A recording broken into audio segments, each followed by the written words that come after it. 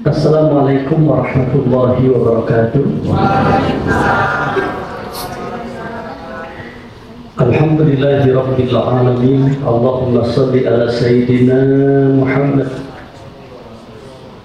Allahumma inna na'udzubika min ilmin la yanfa' wa amalin la yurfa' wa du'ain la yustajab. Allahumma aghdina bil ilmi wa zayyina bil hilmi wa akrimna bil taqwa wa jamilna bil afiyah. Rabbi a'udzubika min hamazati syayatin wa a'udzubika rabbi ay yahdurun. Ikhwatal iman yang dimuliakan oleh Allah Subhanahu wa taala, pujian tiada henti kita panjatkan kehadirat Ilahi Rabbi. Alhamdulillah, di kesempatan pagi yang berbahagia ini Allah himpun kita di majelis kemuliaan untuk sama-sama bersilaturahim, menuntut ilmu, mencari keridhaan Allah. Mudah-mudahan setiap langkah kebaikan yang kita lakukan senantiasa diterima oleh Allah Subhanahu wa taala. Amin ya rabbal alamin. Salawat beriring salam semoga Allah menyampaikan kepada paduka alam Nabi kita tercinta Nabi Muhammad sallallahu alaihi wasallam.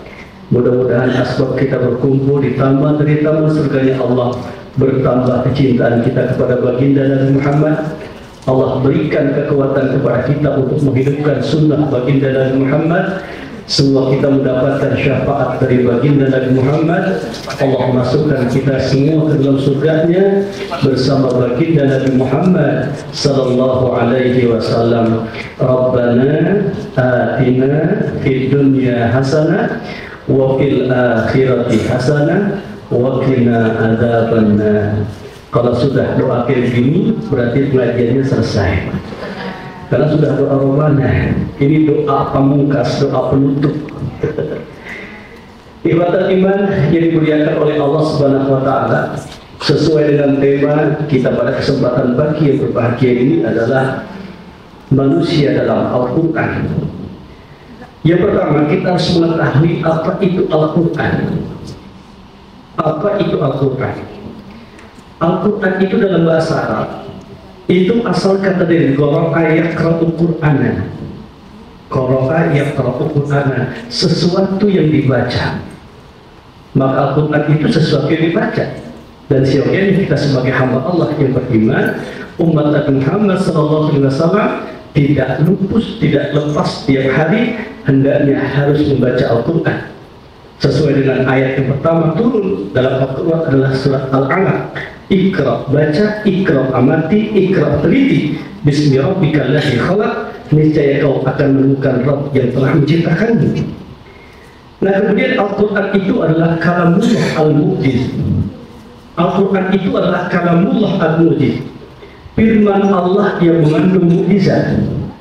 Al-munazzal ala khatamil anbiya wal mursalin, yang diturunkan kepada baginda Nabi Muhammad sallallahu alaihi wasallam biwasitatil amin, dengan perantara malaikat Jibril.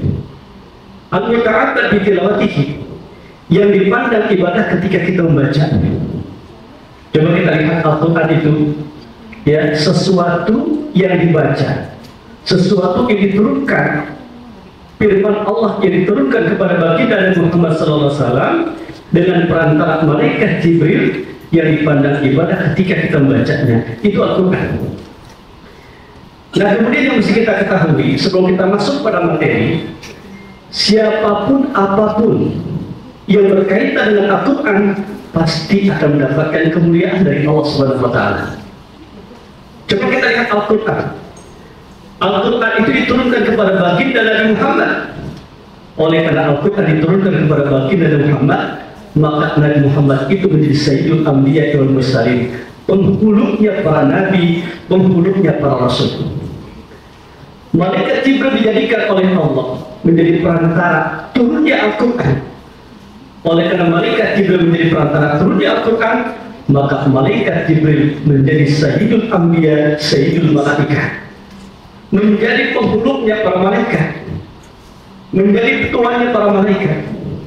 Al-Qur'an diturunkan oleh Allah pada bulan suci Ramadan, maka bulan suci Ramadan itu menjadi sayyidus suhur. Sayyidus suhur bulan yang termulia dibandingkan dengan bulan-bulan yang lain. Al-Quran diturunkan pada malam Lailatul Qadar. Oleh karena Al-Quran diturunkan oleh Allah pada malam Lailatul Qadar, maka Lailatul Qadar itu menjadi malam yang termulia dibandingkan dengan malam-malam yang lain. Ini menunjukkan betapa apapun siapapun yang ada kaitannya dengan Al-Quran, pasti dia akan mendapatkan hidayah, mendapatkan petunjuk, mendapatkan keberkahan, dan mendapatkan kemuliaan dari Allah Subhanahu wa Ta'ala. Maka siapnya kita harus senantiasa membaca Al-Quran. Nah, kemudian kekuatan iman yang dimuliakan oleh Allah Subhanahu wa Ta'ala. Sekarang kita akan berbicara tentang manusia dalam Al-Quran. Pengertian manusia. Manusia itu dalam bahasa Arab itu asal kata dari man dan nasia. Man itu siapa, nasia itu lupa. Makanya manusia itu adalah makhluk yang suka lupa. Al-insanu makhluk khata' wa nisyan. Manusia itu tempatnya salah dan manusia itu tempatnya lupa. Dan yang terbaik di antara kita, ketika kita melakukan kesalahan, dosa, maksiat pada waktu-waktu yang lalu, kita cepat beristighfar, mohon ampun kepada Allah, bertobat kepada Allah, berjanji taat kepada Allah, tidak pernah mengulangi maksiat yang pernah kita lakukan dalam hidup ini. Maka orang yang terbaik itu adalah salah satunya adalah mereka yang cepat kembali kepada Allah, beristighfar kepada Allah, mohon ampun kepada Allah.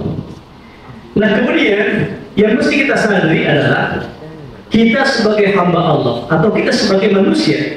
Kita sebagai manusia itu adalah diciptakan oleh Allah dalam bentuk yang paling sempurna. Jadi di antara ciptaan Allah, matahari, bumi, langit, bumi, partikel, darah, lautan, daratan, apa-apa yang kita lihat, apa-apa yang kita dengar, yang paling sempurna itu adalah manusia. Laqad khalaqnal insana fi ahsani taqwim. Sungguh aku ciptakan manusia itu dalam bentuk yang paling sempurna. Maka bersyukur kita kepada Allah Subhanahu wa Ta'ala. Allah jadikan kita sebagai makhluknya, Allah ciptakan kita sebagai manusia. Nah, kemudian manusia itu diberikan oleh Allah akal. Manusia diberikan oleh Allah itu jasad, dan manusia diberikan oleh Allah itu ruh. Akal untuk berpikir, jasad untuk beraktivitas, ruh untuk hidup. Itulah komponen manusia, akal, jasad, dan ruh. Ketika Allah berikan akal kepada kita, Allah perintahkan kepada kita sebagai hambanya untuk memikirkan kebesaran Allah lewat ciptaannya. Langit beserta isinya, bumi beserta isinya, lautan, daratan. Orang-orang yang suka memikirkan kebesaran Allah lewat ciptaannya, maka akan bertambah tauhid dan keyakinannya hanyalah kepada Allah Subhanahu wa Ta'ala. Fikratun fi ayatillah yatawalladu minha tauhid. Silahkan kau pikirkan kebesaran Allah, maka akan bertambah tauhid dan keyakinan kita hanya kepada Allah. Ketika di malam hari, kemudian kita keluar dari rumah kita tengok ke atas adalah langit itu begitu luas, begitu indah, dihiasi dengan awan, diterbari dengan bintang. Bintang itu berputar, kemudian dengan kecepatan beribu-ribu kilometer per jam. Tapi tidak pernah terjadi tabrakan. Siapa yang mengatur itu semua? Allah. Nah, kemudian kalau seandainya di depan rumah kita itu ada dari antara seluruh jamaah ini, temanku sekalian dimuliakan oleh Allah, yang punya kebun kelapa, kan? Nah, jangankan kebun, jangankan pohonnya, kebunnya nggak punya. Punya pohon kelapa kan? Itu kalau kita lihat pohon kelapa itu berbuah. Satu pohon itu 30 buah. Logikanya ada 15 liter air di atas pohon kelapa. Siapa yang masukkan air itu? Air dulu kah? Batok dulu kah? Kalau air dulu tumpah, nggak ada wadahnya. Batok dulu, air masuk dari mana? Kekuatan akal tidak akan bisa menjawab itu.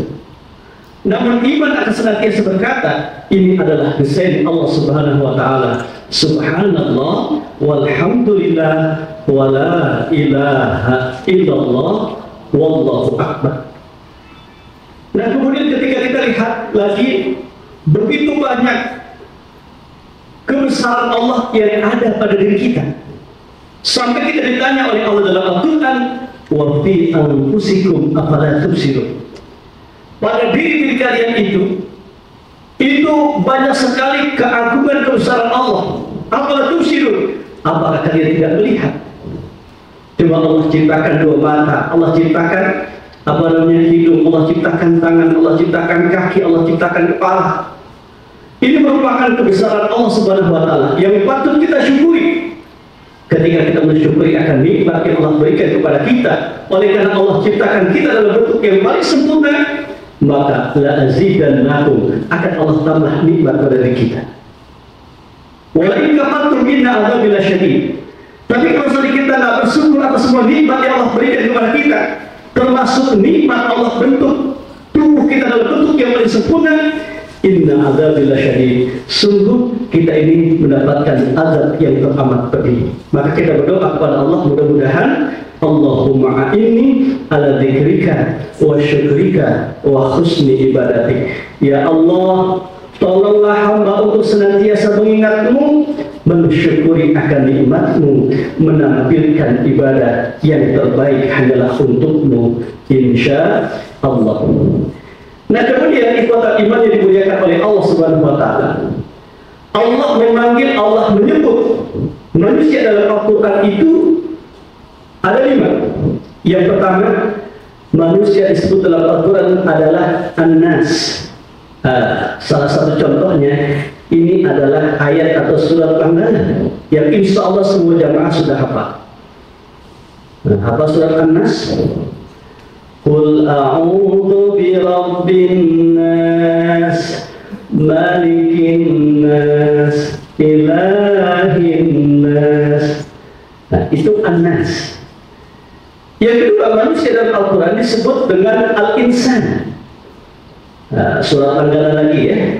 Wal 'ashr innal insana lafi. Nah kemudian yang ketiga, ya, manusia dalam Al-Quran disebut dengan Al-Bashar. Contoh ayatnya adalah dalam surat Al-Kahfi, Qul innama ana basyarum mithlukum. Nah kemudian dalam Al-Quran, manusia dalam Al-Quran yang keberapa? Dalam surat An-Nariyat ayat 57, 56, wa ma khalaqtul jinna wal insa illa liya'budun. Tidak aku ciptakan jin dan manusia kecuali hanya untuk beribadah kepada Allah Subhanahu wa Ta'ala. Jadi kalau kita artikan secara etimologi, An-Nas, Al-Insan, Al-Bashar, kemudian Bani Adam, Al-Jinnu, itu semua adalah manusia. Jadi ada 5. Ada 5. Yang pertama An-Nas, yang kedua Al-Insan, yang ketiga Al-Bashar, yang keempat Bani Adam, yang kelima Al-Jinn, Al-Ins, ya. Itu jadi 5 panggilan manusia dalam Al-Quran. Jadi kalau kita artikan secara etimologi, kelima kata ini memiliki makna yang sama, yaitu manusia. Namun kalau kita artikan secara terminologi, kelima kata ini memiliki makna yang berbeda. Yang pertama, An-Nas itu menunjukkan bahwasanya manusia itu adalah madaniyun bitauhid. Manusia itu adalah makhluk sosial yang saling membutuhkan antara satu dengan yang lain. Pejabat butuh dengan rakyat, rakyat butuh dengan pejabat. Kemudian yang pintar butuh dengan yang bodoh, yang bodoh butuh dengan yang pintar. Nah kemudian laki-laki butuh dengan perempuan, perempuan butuh dengan laki-laki. Oleh karena saling membutuhkan, maka Islam menjembatani lewat sebuah pintu pernikahan. Nah, siapa yang udah nikah? Siapa yang belum nikah? Ya. Nah kemudian yang selanjutnya adalah Al-Insan. Al-Insan itu menunjukkan bahwa manusia itu hayawanun natik. Ya. Yang selanjutnya itu adalah Al-Bashar. Al-Bashar itu menunjukkan bahwasanya manusia itu adalah makhluk biologis. Makhluk biologis. Ketika kita lapar kita ingin makan. Ketika kita haus kita ingin minum. Butuh makan, butuh minum, butuh hubungan biologis. Itulah manusia. Qul innama ana basyarum mithlukum. Katakan wahai Muhammad, sesungguhnya engkau itu adalah manusia biasa. Akan tetapi yang membedakan kita dengan Rasulullah SAW, beliau itu adalah manusia, tapi tidak seperti manusia. Kenapa? Ucapan beliau, perkataan beliau, ketetapan beliau berdasarkan wahyu dari Allah Subhanahu Wa Taala. Itulah Rasulullah SAW. Jadi makna yang ketiga al-basyar itu adalah menunjukkan bahwa manusia itu adalah makhluk biologis. Nah, kemudian yang keempat adalah Bani Adam. Bani Adam itu artinya anak cucu keturunan Adam. Alam ahad ilaikum ya Bani Adam alla ta'budu syai'. Dalam surat apa itu? Surat Yasin. Bani Adam itu artinya dari anak cucu keturunan Adam. Kalau Haji Maulana ditanya, Pak Haji dari mana? Insya Allah dia akan jawab, saya dari ayah ibu. Ayah ibu dari mana? Dari kakek nenek. Ayah ibu kakek nenek, ayah ibu kakek nenek, ayah ibu kakek nenek, terus sampai ke Adam. Adam itu dari mana? Rasulullah SAW memberikan penjelasan. An-nasu kulluhum li Adam wa Adam min turab. La fadla li Arabiyyin wa la ajamiyyin illa bi taqwa. Manusia seluruhnya dari Adam. Adam itu dari tanah. Tidak ada perbedaan antara orang Arab dan bukan orang Arab kecuali takwa kita kepada Allah Subhanahu Wa Taala. Sekarang ini kita ada di mana? Kita semua ada di atas tanah. Kita bagaimana? Kita akan masuk ke dalam tanah. Kita semua akan wafat. Kita semua akan meninggal dunia. Kita semua akan mengalami detik-detik sakaratul maut. Dan itulah yang salah satunya yang kita takutkan dalam hidup ini, mengalami detik-detik sakaratul maut. Makanya Rasulullah itu mengajarkan doa kepada kita, Allahumma hawwin. Nah, coba ditulisin, Allahumma hawwin alaina fi sakaratil maut. Ya Allah, berikan aku kemudahan untuk menghadapi goncangan sakaratul maut. Kenapa? Itu sesuatu yang sangat kita takuti, dan sesuatu yang sangat dahsyat, dan sesuatu yang sangat sakit. Ketika Nabi Musa ditanya oleh para malaikat, ketika Nabi Musa itu mengalami detik-detik sakaratul maut, ditanya, ya ahwanal anbiya mautan kaifa wajadta maut? Wahai Nabi yang sangat ringan, yang sangat mudah dalam menghadapi detik-detik sakaratul maut, bagaimana kau merasakan sakaratul maut itu?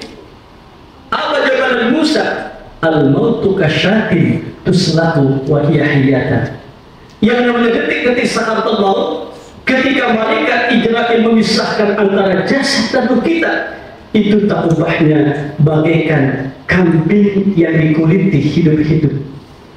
Padahal Nabi Musa itu adalah Nabi yang sangat ringan dalam menghadapi sakaratul maut. Apalagi kita, ya, maka teruslah berdoa kepada Allah. Mudah-mudahan Allah berikan kita kemudahan untuk menghadapi sakaratul maut. Jadi yang jelas, kita semua akan wafat, kita semua akan meninggal dunia. Dan yang mesti kita ingat, yang mesti kita ingat, ketika kita sebagai hamba Allah, sebagai manusia, suatu saat akan mati, yang mesti kita ingat itu adalah kata Nabi, Aqyas min ummati aktsarahum dzikral maut wa asyaddu istiqdaran. Yang paling pandai, yang paling cerdas, yang paling pintar di antara umatku adalah mereka yang paling banyak mengingat mati dan mempersiapkan hidup setelah mati. Dan yang masih kita ingat juga betapa sesuatu yang kita miliki dalam hidup ini tidak bisa mencegah kita dari kematian. Harta yang kita miliki tidak bisa mencegah kita dari kematian. Kemudian pangkat, jabatan, status sosial yang kita miliki tidak bisa mencegah kita dari kematian. Akhlak, budi pekerti, etika, moral, amalan yang kita miliki tidak bisa mencegah kita dari kematian.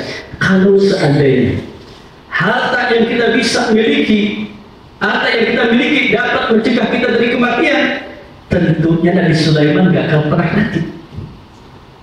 Kenapa demikian? Nabi Sulaiman itu adalah Nabi yang paling kaya, dan Allah tidak menciptakan manusia sekaya Nabi Sulaiman. Sungguh kekayaan orang yang paling kaya di muka bumi ini, kekayaannya tidak seujung kuku dengan kekayaan yang dimiliki oleh Nabi Sulaiman. Nabi Sulaiman itu adalah Nabi yang kaya raya. Namun kalau kita lihat dalam sejarah, kita ambil hikmah dari perjalanan hidup Nabi Sulaiman alaihissalam, beliau itu adalah Nabi yang paling kaya. Akan tapi beliau tidak pernah meninggalkan ibadah kepada Allah Subhanahu wa Ta'ala.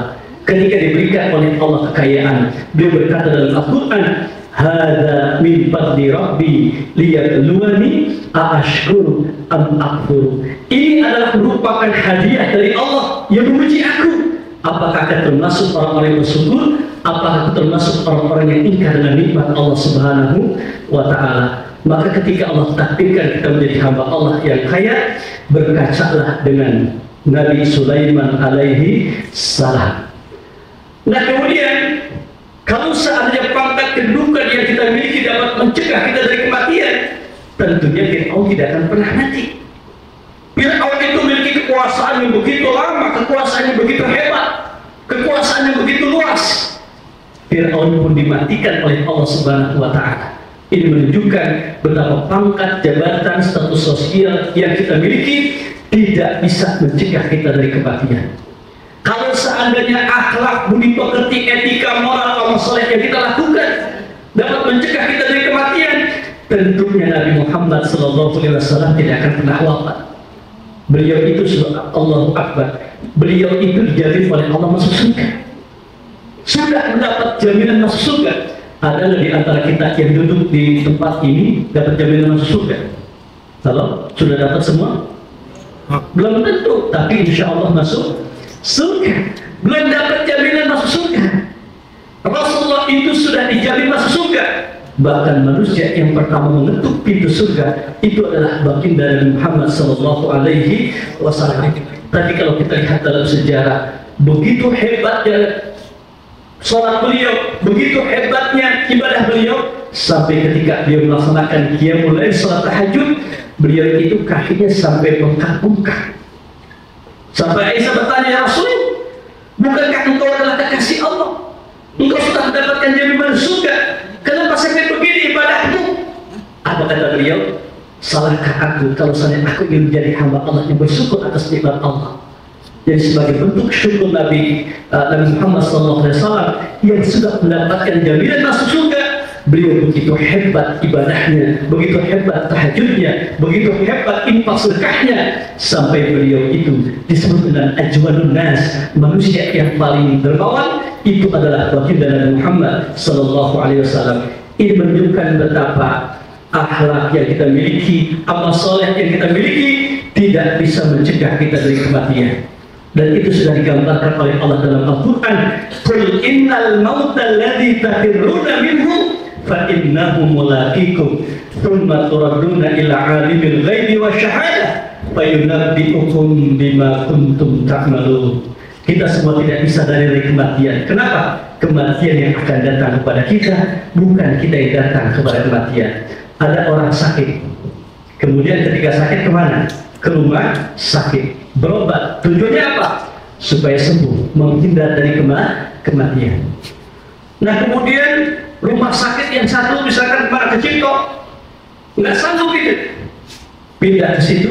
Kata rumah sakit Cipto, ini harus dirujuk ke rumah sakit mana? Misalkan ke Singapura. Terbang yang ke Singapura berobat. Tujuannya apa? Untuk sembuh, menghindar dari kematian.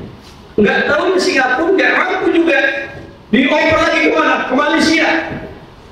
Ya, kemarin ke Malaysia. Ngapain dia? Berobat. Tujuannya apa? Supaya sembuh. Nggak tahunya malaikat Israfil sudah menunggu dia di Malaysia. Akhirnya meninggalnya di Malaysia. Ini menunjukkan betapa kita semua tidak bisa mencegah kita dari kematian. Mudah-mudahan Allah wafatkan kita semua dalam keadaan husnul khatimah. Nah kemudian yang terakhir, ya, manusia dalam Al-Quran disebut dengan al-ins. Al-ins biasanya kata al-ins itu digabung oleh Allah dengan kata al-jin. Wa ma khalaqtul jinna wal insa illa liya'budun. Wa ma khalaqtul jinna, tidak aku ciptakan jin. Ya, begini.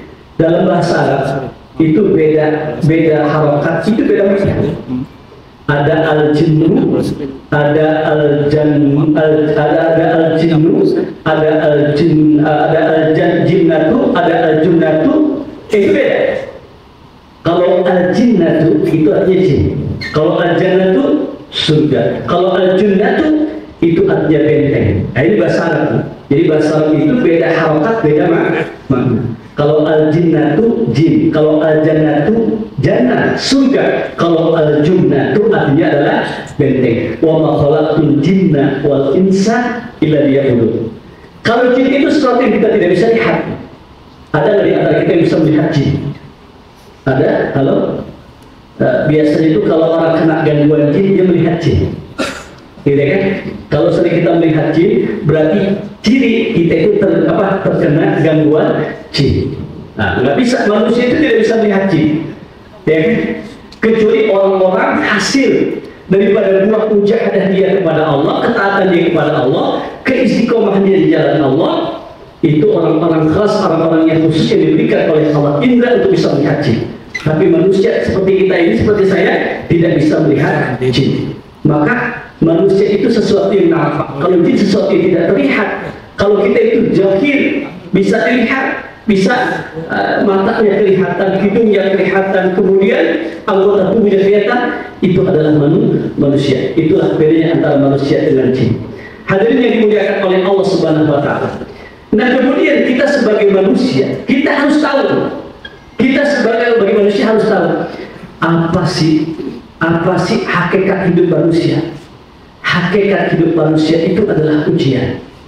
Jadi hidup kita ini adalah ujian. Maka dinyatakan dunia darul imtihan. Dunia itu adalah tempatnya ujian. Ya. Nah, kemudian yang mesti kita lihat, ujian itu adalah merupakan tanda cinta Allah kepada seorang hamba. Jadi ujian itu bukan untuk menjatuhkan, akan tapi untuk mengangkat. Dan ujian itu adalah tanda cinta Allah kepada seorang hamba. Idza ahaballahu 'abdan ibtalahu liyasma'a tadarru'ah. Apabila Allah mencintai seorang hamba, maka hamba itu diuji oleh Allah Subhanahu wa Ta'ala, sehingga Allah ingin melihat bagaimana rintihan hamba itu di tengah malam. Maka bagi hamba-hamba Allah yang beriman, ujian itu dijadikan sebagai tanda untuk mendekatkan diri kepada Allah, beribadah kepada Allah, mengabdi kepada Allah, sujud tunduk dengan aturan Allah Subhanahu wa Ta'ala. Kalau kita lihat dalam sejarah, wali-wali dulu, para ulama-ulama terdahulu itu, kalau seandainya tidak diuji 1 minggu aja, dia pada menangis. 1 minggu nggak sakit, nangis dia, bersedih, ya Allah, kenapa aku tidak sakit? Dosa apa yang aku lakukan sehingga kau tidak uji aku dengan sakit? Beda dengan kita. Kalau kita sakit sedikit aja dulu, ya Allah, kepala saya pusing, ya Allah, asam urat naik, ya Allah, darah tinggi. Tapi ulama-ulama dulu itu, kalau saja 1 minggu aja nggak sakit, mereka itu pada pusing, ya, mengadu kepada Allah, ya dosa apa yang aku lakukan sehingga engkau tidak berikan sakit kepadaku? Kenapa demikian sikap para ulama? Oleh karena mereka itu yakin betul dengan sakit itu, orang yang sakit itu disakitkan jasmaninya, disembuhkan rohaninya. Orang yang sakit itu mendapatkan ampunan dosa. Orang yang sakit itu diangkat derajatnya oleh Allah.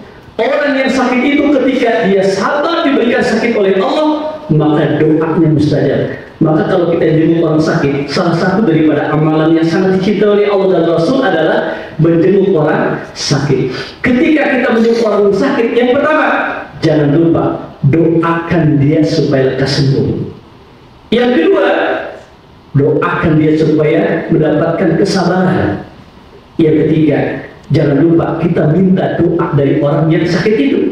Karena kita yakin betul orang yang sakit yang beriman kepada Allah, yang menerima ikhlas ridho dengan sakit yang Allah berikan pada dirinya, itu adalah merupakan ampunan dosa, dan doa orang yang sakit itu adalah mustajab. Nah, kemudian sebagai hamba Allah yang beriman, kita mesti tahu apa sih tujuan hidup manusia. Salah satu daripada tujuan hidup manusia itu adalah mencari keridhaan Allah. Itulah sebuah ungkapan yang sering kita baca. Ilahi anta maksudi wa ridhoka matlubi a'tini mahabbataka wa ma'rifataka. Ya Allah, hanya Engkau yang kami tuju, ridho-Mu lah yang kami incar dalam hidup ini. Berikan ma'rifatmu, ilmu dan hikmahmu kepada kami. Berarti sebagai manusia kita harus sadar, salah satu tujuan hidup kita adalah untuk mencari keridhaan Allah. Makanya kalau kita lihat lafaz Allah, ada yang mengatakan lafaz Allah itu kan alif lam lam ha. Alif lam lam ha. Dalam bahasa Arab, lafaz Allah itu asal kata dari Allah hayulahu, yang artinya adalah goyah. Goyah itu artinya tujuan.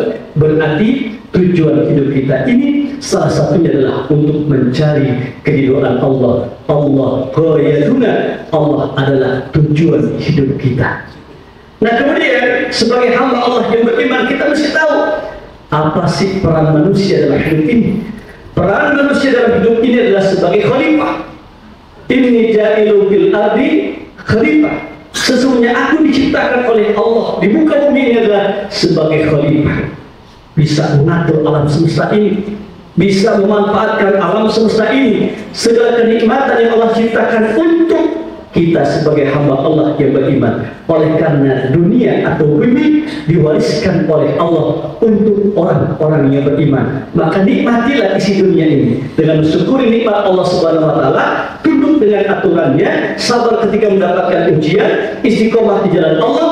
Insya Allah kita semua akan mendapatkan kebahagiaan dunia dan akhirat. Kunci kebahagiaan dunia dan akhirat itu adalah ketika kita istiqomah di jalan Allah Subhanahu wa taala. Kalau kita istiqomah di jalan Allah, Allah berjanji dalam Al-Qur'an, "Walakum fiha ma tashtahi anfusukum walakum fiha ma tad'un." Jadi orang itu kalau sudah istiqomah, jangankan minta ke masjid aja, pengen aja dikasih sama Allah Subhanahu wa taala. Jadi orang tuh kalau udah istiqomah jalan Allah, itu sesuatu yang dia inginkan, sesuatu yang kepengen dalam hatinya, itu banyak dikasih sama Allah Subhanahu wa taala, diwujudkan oleh Allah. Nuzulan min ghafurir rahim. Ini adalah merupakan hadiah dari Allah yang Maha Pengasih dan Allah Maha Pengampun. Jadi rentetannya begini, ya, terakhir rentetannya, iman harus dibuktikan dengan amal soleh.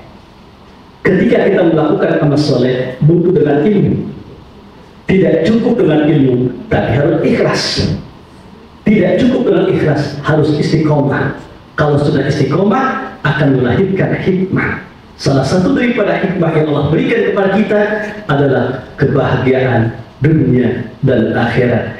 Rabbana atina fid dunya hasanah wa fil akhirati hasanah wa qina adzabannar. Saya ulang sebagai penutup. Yang pertama, iman harus dibuktikan dengan amal soleh.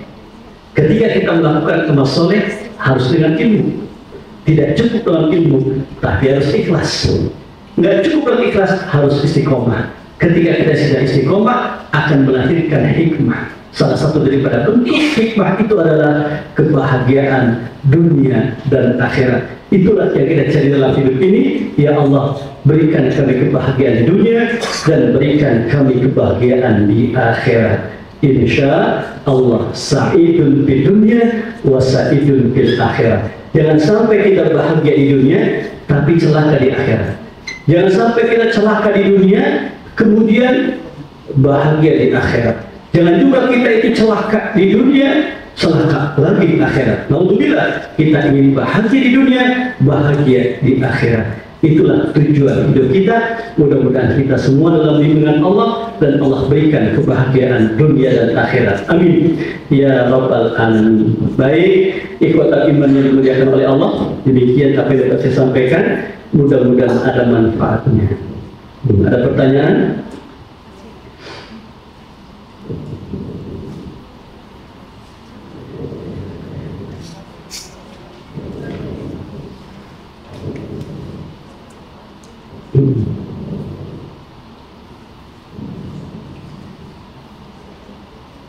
Baik ya, ini ada titipan dari Ibu Atik. Kita berdoa kepada Allah Subhanahu wa taala, mudah-mudahan bisa jamaah haji semuanya keluar.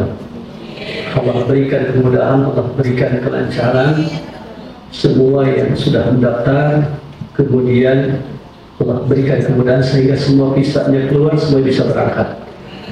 Al-Fatihah. Alhamdulillah. Iyyaka na'budu wa iyyaka nasta'in.